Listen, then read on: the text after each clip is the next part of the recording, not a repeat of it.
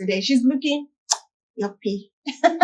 I love the style though. Well, we have in the studio, we have Tosin Adeniran. Hi, Tosin. Hi. How are you? I'm fine. You look like winter. Well. But you look good. I Thank love you. the style. That's beautiful. Anyway, clock it, right? Yeah. Anyway, I saw in your profile that you're a bit into fashion. Yes. I love that, and that's pretty. So when I saw you're like, okay, she's giving me the fashion vibe.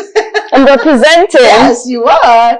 Well, anyways, we'll be talking so much with Adeniran. And of course, before that, I have Tosin Adeniran, who is a social media management and strategy expert with over 6 years of experience helping brands turn online presence into real results. Well, from fashion to wellness, events to personal brands. She has worked across diverse industries, building digital strategies that don't just look good, but they drive growth, visibility, and sales. And one of her biggest wins was partnering with a fashion brand where in just 2 months grew their community to over 100. Okay, I think I'm about to exaggerate. I wanted to call 100,000. Over 10,000 followers and increased the monthly sales by over 90%. Now, before the collaboration, they struggled with about 2 to 3 clients a month. Wow, that's so huge. And now they consistently close like 10 to 15 clients monthly, which is a 400% increase in conversions. Now, she's also worked with international brands, helping them craft stories that sell and connect with audience across borders. Now, beyond client works, she's trained over 100 social media managers under her agency through her signature program, the Social Media Masterclass, equipping young Africans with skills to work and earn from anywhere in the world. And she's also building fashionable social agencies, a specialized agency that focus on helping fashion brands reach their dream clients, increase visibility, and drive consistent sales through strategic content and digital system. Lastly, at her core, she is passionate about helping brands find their voice, build their tribe, and make a digital work for them. And of course, she's a proud wife, balancing strategy goals, creative deadlines, and real life with equal parts grace and grit. Wife material, 100 yards. 100 yards. It's good to have you in the studio. Thanks for having me. Yo, I will say it again. You look good. Thank you. And so do you. Thank you. Well, my first question is, well, we've been talking behind the stage, but I want this to be in the open now. So what did you study and how did you divert into social media management and strategy? Because trust me, it's not easy being a social media manager. Yeah. Mm-hmm. So please. Okay. So, I studied, information technology and, I knew I did not want to be a tech sis. Like, it was just something I studied because it was, earlier I wanted to be a pilot. That's something I always wanted to be. Wow. So like, there was a waiting period at home where I got an admission, but like, all the stuff. Okay. And then I had to go to university. So I got, in fact, they went behind my back and gave my older brother like my result and everything to work out my admission because it was in Ghana. And then he just did it, got my course. They told me my course that I was doing. No way. Yeah. So I didn't choose my course. If I should choose, I'll wait until I get my pilot I want to be. And yeah, so I studied information technology. And then my, service year, that was when I went into social media management. Oh, okay. Right. So, a friend reached out and she was like, oh, I'm building a brand, a bridal brand, and so she does like ready to wear and she does like the bridal. Okay. And then she wanted everything to be together, and then we came together and strategized like, okay, I don't think this should be together, I think this is a whole different brand, I think this is a whole different brand. And I took up the social media aspect of the brand, and we strategized and we came up with strategies and all of that. And then like there was result. I mean, so this is something that where I say pride myself in. Like if I pick up something, I want to do it in the most excellent way it should be done. Right? So I didn't have any background in social media management. So I had sleepless nights watching videos about social media management. Nice. Like, what does strategy look like? What does it, how can I apply this? How can I apply that? Right. So like most times you see me scrolling through social media. I'm not scrolling because, I mean, there are sometimes that it's just for fun. And then most times is that I'm looking through like, okay, what did this person apply to make sure this, So like, that's how I got into social media management. So all you did was just watch videos on social media management and strategy, and you became a pro. Yeah. So tell me, how did you land this clients where you had to pick them from having one to two struggling? Oh, that was my first ever client. No way. And you did absolutely well like that. Yes. Oh, so okay. So when you were trying to, build this brand for them, what was the first challenge you encountered that you had to like, okay, I think this is looking like a lot to go into, but I need to unlock this. So what was it? So I think one of the first roadblocks was for bridal brands, right? It's a lot for them, especially having to push themselves. They have to invest a lot into the brand, right? They have to make a whole new wedding dress to show that I make a wedding dress, right? They have to make one or two or three and collaborate with people and do all of those things, right? So one of the strategies I, worked on was, funny thing, I was just scrolling on TikTok one day that time, and I saw a video, right? It was actually just a very simple video. The video did not blow up, right? It was a video of a white woman in a very cute dress, and she had a sound on the video where it was saying it has pockets, right? And I saw like few comments where some ladies were saying like, I love a dress with pockets. I like, it just makes me feel free and I'm able to put stuff in it. And I remember calling her and saying, you have to make a wedding dress that has pockets. Whoa. Like you have to. And you have to use the sound when we want to shoot content for that video. Because if women like this is a problem you're solving for people.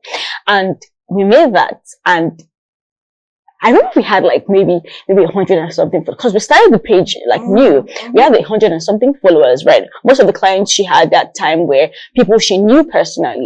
And you make this, so I make this for me. And I remember in our meetings, she would always say, I want clients, but I don't want just Nigerian clients. I want people abroad to call me and say, I want you to make my wedding dress. And we posted that video and Bella Niger picked it up. And that was it. Wow. That was it. That was just the start. Yeah, that was just the start. In fact, Bella Niger picking it up, you've already kickstart already. Yes! You don't even need to announce too much. You've gotten to your audience already. Wow, that's beautiful. So you were able to overcome the challenge of how do we fix this, and you were you were able to fix that up by saying, okay, but wedding dress with a pocket. How does it even look there? It was so cute. It was such a cute wedding dress. Money inside. Maybe they are spraying you just. Funny thing, I remember when I posted it, like comments where people were commenting and saying things like, finally, a wedding dress I can put something inside that I need. I don't have to call my bridesmaid all the time. Yeah. I'm like, wow. Exactly. It's very true. Some things you want to do, maybe your phone or something. Yes. It's easy. You could just keep it. And it's not obvious that it wasn't. Wow. It was just a straight, like, what they call it, A-line or A-shape. Yes. Yeah. Such a cute dress. Wow, nice. Okay, so now looking at this, how long have you been into social media space? 6 years. 6 years? Yes. Okay, so how has it been for you though? Well, it has been a very stretching and learning experience, especially because at first, there are different stages to grow, right? At first, like, you're growing by learning the works of it. How does it work? I have to try and, like, I have to work with other clients. I need to know that what I've done for this brand, I can replicate it for other brands, right? And then there is the part of working with different kinds of people. Because, I mean, I am a freelance. I do not work with any organization. I mean, so you're working with different people. That is another way to learn. Yeah. You have to, so there is a part where you strategize, and somebody's telling you, like, I don't think. I'm like, why do you want me here? What do you need me for? You know what you want to do for your brand, right? And you have to convince and tell them, like, this is what's going to work. I mean, I had an experience. I was just about to ask you that. What experience was spectacular? Yeah. Is it good or bad? Which one? So it was a good bad. Oh, okay. So it was a bad then good experience. Okay. So I started working with this person, and she's not in Nigeria, right? The brand isn't in Nigeria, and it was an event planning company. So, like, most of the things they were mostly like picking up stuff, making people see, and I'm like, trying to tell her all the time, like, the strategy I created is for you to become like a voice in this industry, so people know that this is what you do. And you don't, because she doesn't do small events, right? And when she does events, they're like big and they're like themed. Almost all our events are themed, right? So, like, all those big events that has one maybe Good Gatsby theme and all of those things, right? And I'm like, for you to through these kinds of events, people need to know that you are a voice in this industry. They know that you know how to plan an event. You know your stuff, right? That wasn't working. She's like, I don't want the camera in my face. I don't want to do this. I don't want to do that. I'm like, so there were times where I would do some videos and it would be my voice underneath the voiceover, because she's like, she doesn't have time to talk or do. And I'm like, okay. And then, so I have a structure, right, in my agency where we have our first contract is always 3 months, because it takes 3 months to see proper results on social media. Like, the algorithm is still getting used to. And so I'm like, after the first 3 months, I sent her an email, because we started with a discount. So, like, I have a rule where even if I'm giving you a discount as a client, right, you would see my actual price. Of course, yes. Like, you just have to know that. There's a discount. Yeah, even if you're close, you just have to know that. So that in case they ask you, what is it? This person charges, right? And then I sent her an email like, oh, this is 3 months, and to renew the contract, we would have to go back to my original price. And she was like, oh, she doesn't think she can at this moment. I was like, oh, that's fine. Like, that's totally fine. But, like, we just wouldn't continue with the contract, right? And a few months after, she comes back. She was like, she wants to work with me, something, that there's nothing she can do and all of that. And I was like, oh, that's fine. Like, let's work together. But this is my price. At that point, my price had increased. And she was like, oh, like, yeah. I said, there's nothing I can do. They gave you discounted price. Well, like, we have to work with this. And, we worked with that. But I also gave her, like, terms and conditions. You have to do what I asked you to do. We have to see results. Like, and she did that. And I remember the first 2 videos, we went from 600 followers to 3,000 followers. Whoa. And I was like, you just had to. And, we stopped working together because she couldn't keep up with the momentum. And I was like, I want results. Like, what happens is like, because at the end of the month, I always have like results and analytics. This is what we did right. This is what we didn't do right. This is what we have to do right for the next month. And like, there were times where she's like, we're not doing well, because I'm like, we are not doing what I'm meant to do. This is why we are not having these results. Yeah. So, like, one thing I try to teach when I teach, like, people that want to be social media managers, I'm like, you have to also be result oriented. Like, you can't always be about the money. True. Because you're building a brand for yourself as well. So if people ask, like, what have you done? What are you sure? Yeah.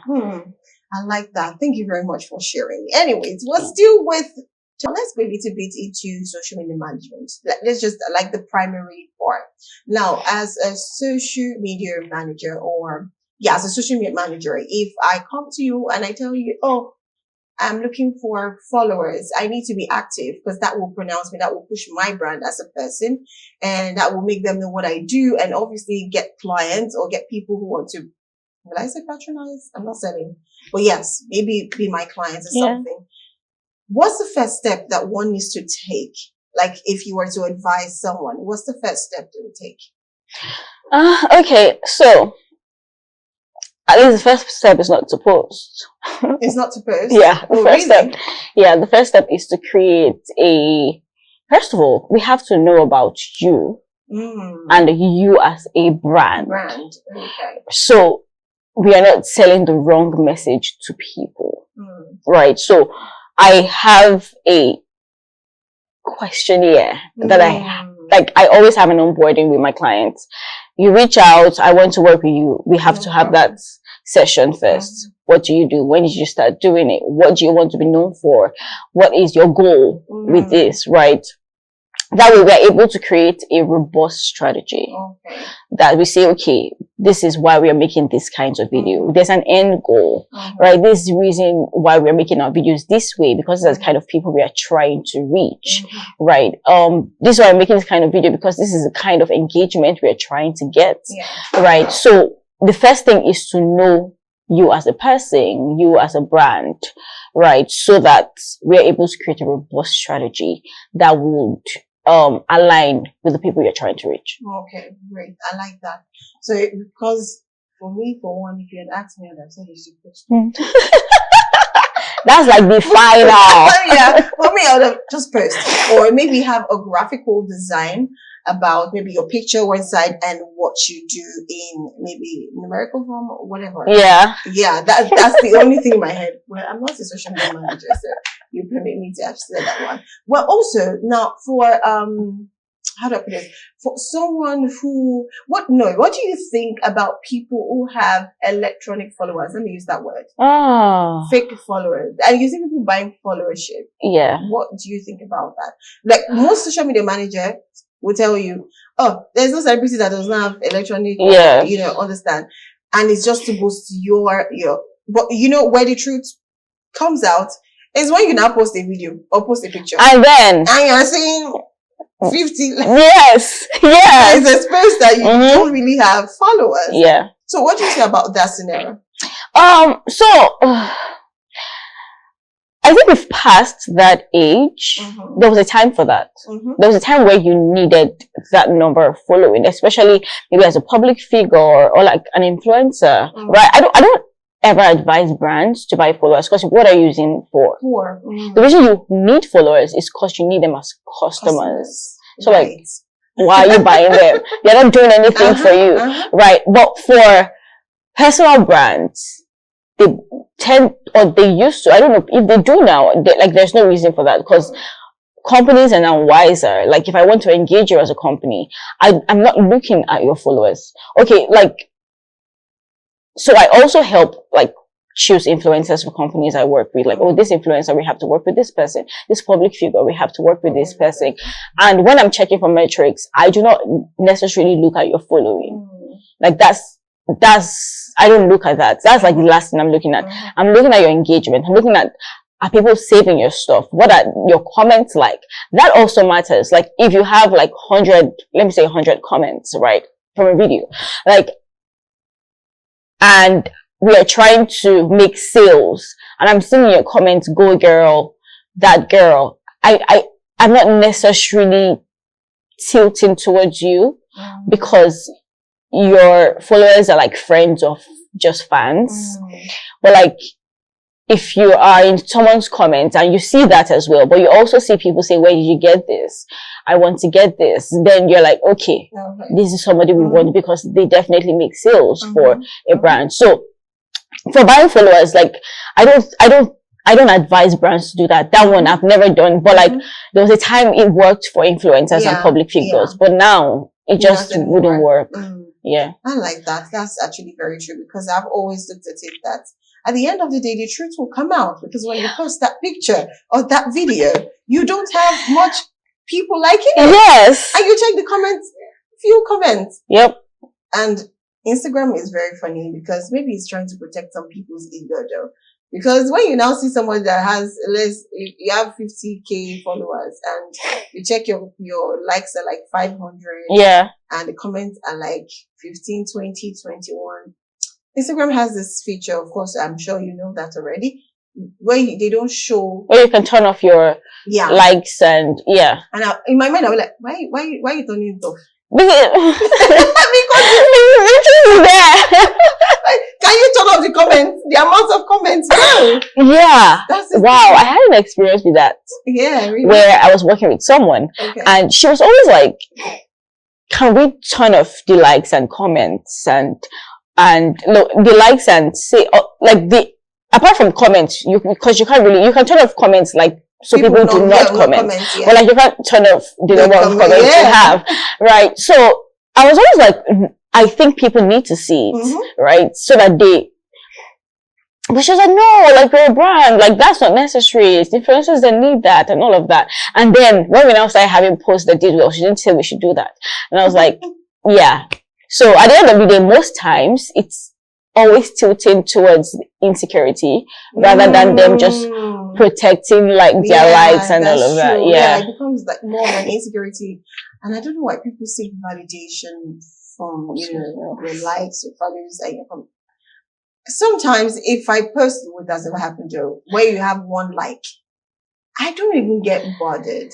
Because that's not what I'm actually looking for.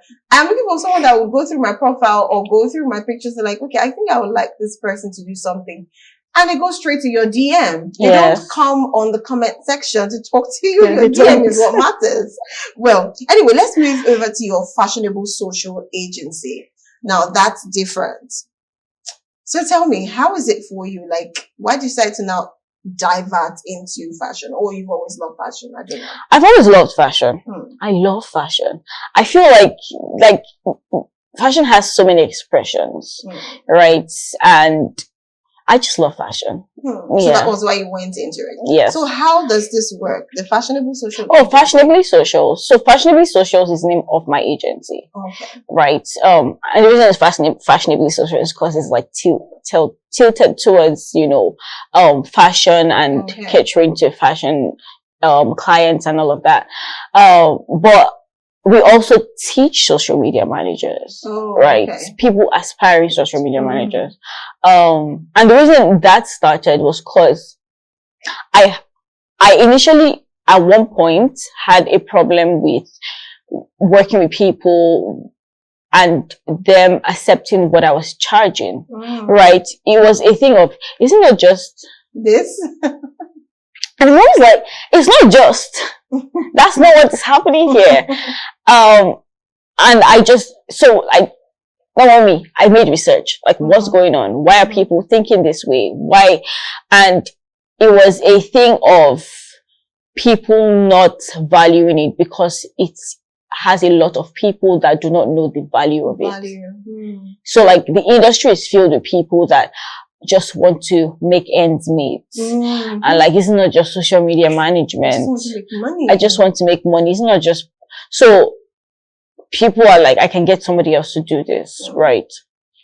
So I started teaching because first of all, they're complaining that social media managers do not have structure and they do not know what working in an organization look like. They're not organized and all of that. And sometimes it's true because there are a lot of people that run into it not knowing what a structure should look like, right? So I started to teach people, like, you have to have structure. Most people would just say, I want to work with you, tomorrow we should start posting. And I'm like, I don't work that way. I take one whole week to know you and to strategize. When you get that strategy, I'm now going to work on a calendar that we accept that this is what we are, and this is going, this is working. That's like 2 weeks gone already. Yeah. Like, people don't do that.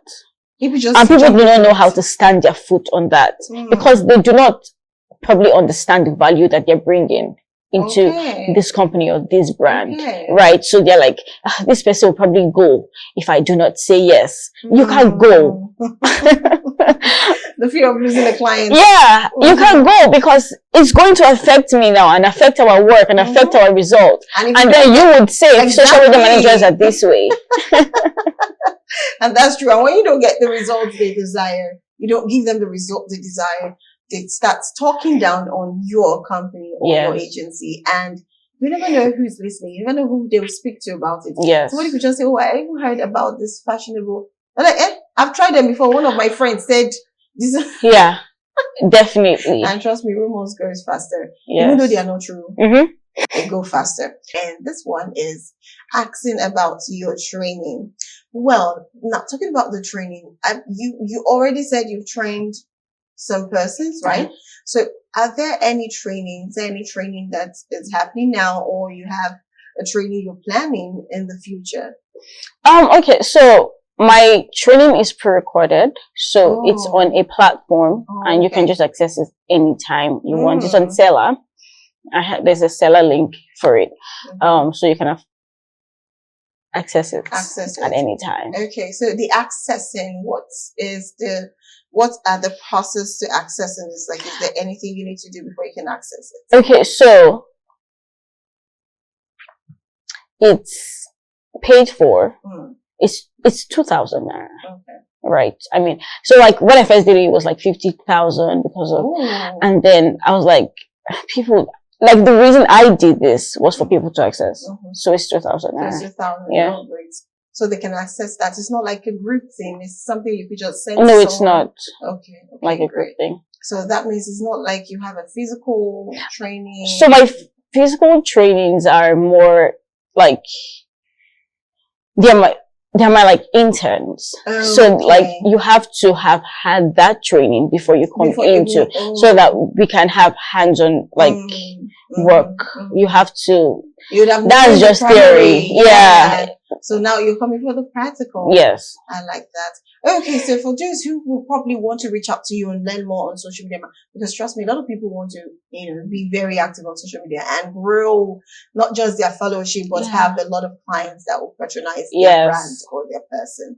So please release your social media handles and of course your WhatsApp line that they can reach you through. So my social media handles, Fashionably Socials. That's the Instagram. Also TikTok, Fashionably Socials. And my number, my work number is 0708-213-5695. All right. Well, that was being said. Well, thank you very much. I hope you enjoyed talking about social media. I like it, but I don't know. I feel lazy when it comes to social media. That's why we're here. I feel very lazy. You need your brand. You need to be your brand. You guys know how to make someone do what they don't want to do. That's why we are here. You brainwash us, Abby. That's what you guys do. We are here to help you get the result that you want. It's a part of the brainwash. Yes. Well, anyways, thank you so very much for coming on the show. Thank you so much for having me. I hope you enjoyed the program. Yes, I did. It was so fun. Thank you so very much.